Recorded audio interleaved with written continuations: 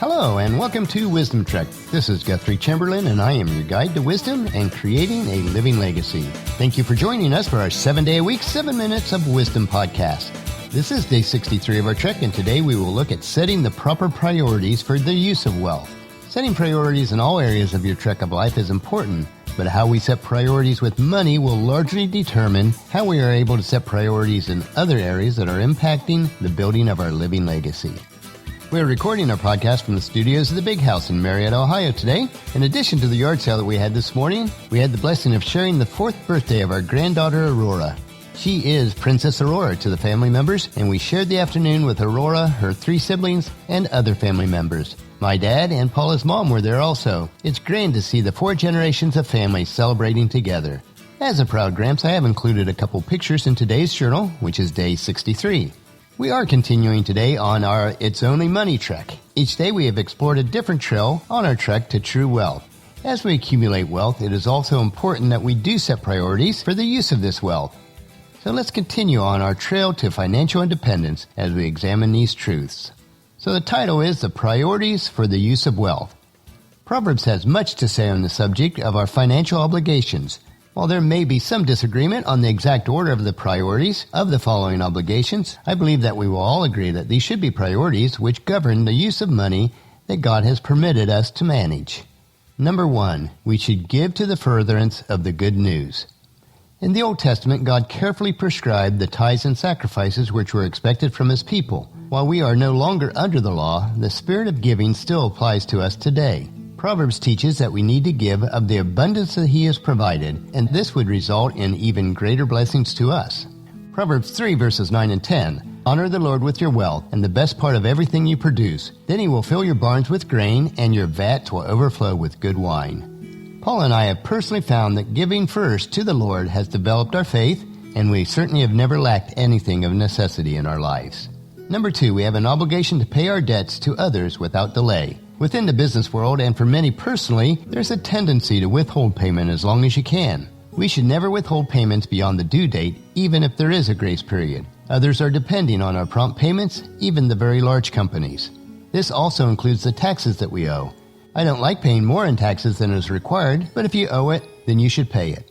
Romans 16 verses 6 and 7 puts it this way. Pay your taxes too for these same reasons. The government worker needs to be paid. They are serving God in what they do.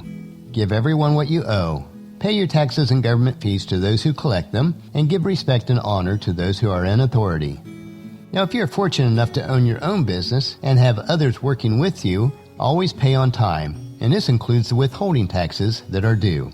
James 5:4 says, So listen, hear the cries of the field workers whom you have cheated of their pay. The cries of those who have harvested your fields have reached the ears of the Lord of heaven's armies.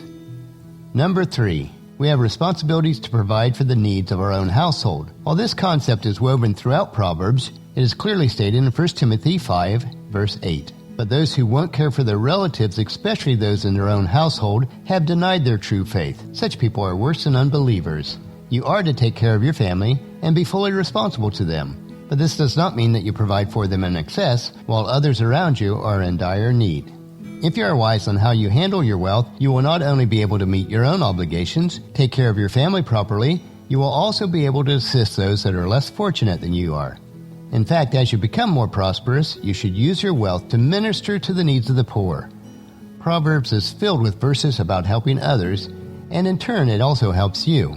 Proverbs chapter 11 verses 24 through 26.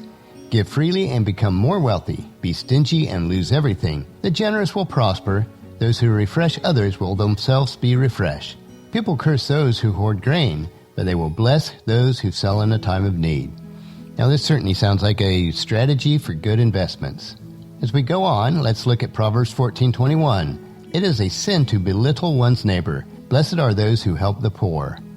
Proverbs 14:31. Those who oppress the poor insult their maker, but helping the poor honors him. Proverbs 19:17. If you help the poor, you are lending to the Lord, and He will repay you. Proverbs 22:9. Blessed are those who are generous, because they feed the poor. Proverbs 28:27. Whoever gives to the poor will lack nothing, but those who close their eyes to poverty will be cursed. And finally, Proverbs 31:20. She extends a helping hand to the poor and opens her arms to the needy.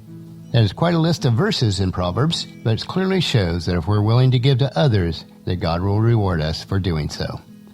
Number 5, we should make provisions for our future needs. You are obligated to provide for your family in terms of their present needs, but you should also save in order to meet their future needs. This is not hoarding wealth, but making provisions for the days ahead. Proverbs 6:6-8 says, "Take a lesson from the ants, you lazy bones. Learn from their ways and become wise. Though they have no prince or governor or ruler to make them work, they labor hard all summer, gathering food for the winter." And Proverbs 21:20, "The wise have wealth and luxury, but fools spend whatever they get." It seems like many people do not understand the correlation between spending even small amounts of money and the accumulation of wealth over time. Paula and I observe frequently that those who are in the habit of spending small amounts at convenience stores, fast food establishments, or at premium coffee outlets are usually the same people that struggle to meet their obligations each month. There certainly is a direct correlation, especially over time. Number 6, we should make wise investments. You should invest your time and resources wisely, either in your own business, real estate, or in profitable and safe companies. Proverbs commends the godly woman because she took the money that she had and invested it wisely, and this is in Proverbs 31 verse 16. She goes to inspect a field and buys it. With her earnings, she plants a vineyard. So we see here that she not only invested in real estate, but she started her own agribusiness. As a career entrepreneur myself, I lean towards investing in your own business, but you must do what's comfortable for you. Consider this, though, that nearly 70% of all millionaires did so by starting their own business. And since I have experience in being an entrepreneur, if you have those inclinations and you need to speak with somebody, please email me at Guthrie, Guthrie, at venturecg.com, and I'll help you out. Number 7, we should make provisions for an inheritance. While I believe that we should pursue leaving a financial inheritance, it is far better for us to leave an inheritance of godliness and wisdom to our children and family rather than large amounts of money. But Proverbs does encourage us to plan for future generations. Proverbs 13:22 says, "Good people leave an inheritance to their grandchildren, but the sinner wealth passes to the godly." We do need to be careful on the timing of releasing any inheritance. The person receiving it should be wise enough to grow it even more. Proverbs 20 verse 21 says, "An inheritance obtained too early in life is not a blessing in the end." Well, that'll finish our podcast for today. If you've missed any of our previous podcasts, please check out Wisdom Trek at iTunes, Stitcher, SoundClouds, or at wisdom-trek.com.